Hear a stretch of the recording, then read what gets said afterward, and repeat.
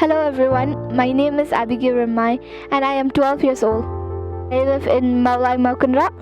I have 4 siblings and I am the eldest. I started singing since I was 10. I used to usually sing in my music class for my music teacher, and I would sing in small competitions. My aim is that to become a successful singer and musician, and so that I can organize big shows like the Circuit Ode and X Factor, so that I can help young artists to showcase their talent like how we are doing today. I would like to donate some of the money to Mother Teresa Home, and with the rest of the money I would invest it for my music career.